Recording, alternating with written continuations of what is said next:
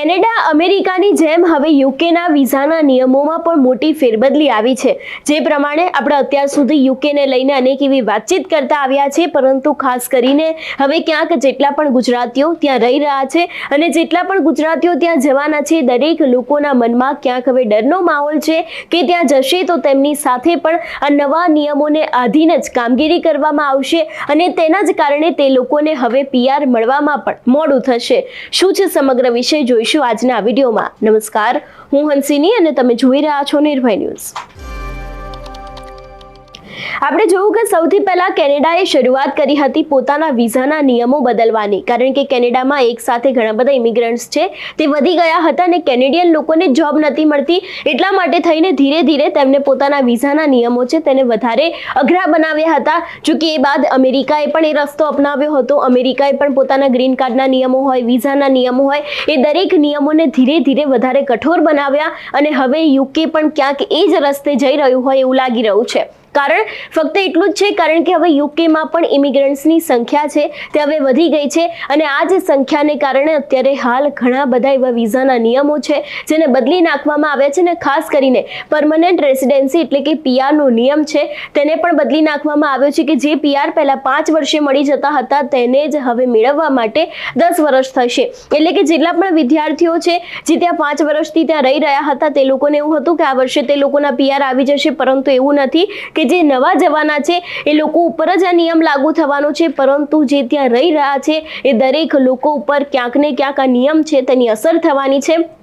એટલે વિદ્યાર્થીઓ છે એ લોકોના પણ મનમાં અત્યારે હાલ ડરનો માહોલ છે કે જે લોકો ત્યાં રહી રહ્યા છે એ લોકોને પણ આ નિયમનો સામનો કરવો પડવાનો છે। એટલું જ નહીં, જે લોકો ત્યાં જવાના છે એ લોકો ઉપર પણ હવે આ જ રીતના નિયમ છે તે લાગુ થવાના છે। ઘણા બધા એવા વિઝાના નિયમો છે જેને બદલી નાખવામાં આવ્યા છે જેથી કરીને યુકે જવું પણ હવે વધારે ને વધારે અઘરું બનવાનું છે। જે વિદ્યાર્થીઓ ત્યાં પહોંચી ગયા છે એ લોકોને ફક્ત ને ફક્ત આ નિયમોનો સામનો કરવાનો છે, પરંતુ જે લોકો અહીંથી ત્યાં જવાના છે એ દરેક લોકોને ક્યાંક હવે વિઝામાં જેટલી પણ અત્યારે નવી એક્ઝામ ઉમેરવામાં આવી છે અથવા તો પછી વિઝાના જે તે નવા નિયમો ઉમેરવામાં આવ્યા છે એ દરેક નિયમોનો પણ ક્યાંક સામનો કરવો પડી શકે છે। ખાસ કરીને જો વાત કરવામાં આવે કે ત્યાં રહેતા ગુજરાતીઓ અને ભારતીયોની પરિસ્થિતિ હાલ કેવી છે, તો એ લોકોના મનમાં પણ ડરનો માહોલ છે કે શું હવે તે લોકોને પણ યુકે છોડીને પોતાના વતન ભારત પાછું આવવું પડશે કે કેમ, કારણ કે એક બાદ એક નિયમો બદલાતા જાય છે। એ પછી વર્ક પરમિટના નિયમો હોય અથવા તો પછી ત્યાં સ્ટડી વર્ક વિઝાના નિયમો હોય, દરેક નિયમો છે કે જેની અંદર ફેરફાર આવી ગયો છે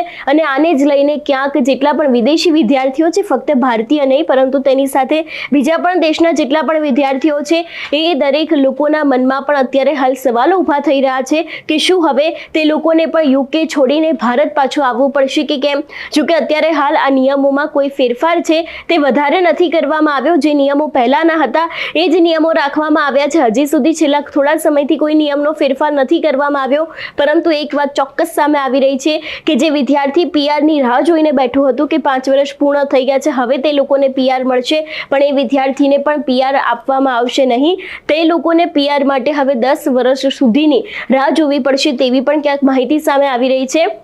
એટલે વિઝાના જે નિયમો બદલાયા છે એની સીધી જ અસર ક્યાંક ને ક્યાંક હવે ગુજરાતી વિદ્યાર્થીઓ પર થઈ છે, ભારતીય વિદ્યાર્થીઓ પર થઈ છે અને હવે આગામી સમયમાં એ પણ જોવાનું રહેશે કે હવે કોઈ વધારે નિયમોમાં બદલાવ કરવામાં આવશે તો તેની અસર હવે કોના ઉપર થાય છે। તમારું શું માનવું છે આ વિષયને લઈને અમને કમેન્ટ કરીને ચોક્કસથી જણાવજો। તેની સાથે જ અમારી ચેનલ નિર્ભય ન્યૂઝને લાઇક, શેર અને સબસ્ક્રાઇબ કરવાનું ભૂલશો નહીં। નમસ્કાર।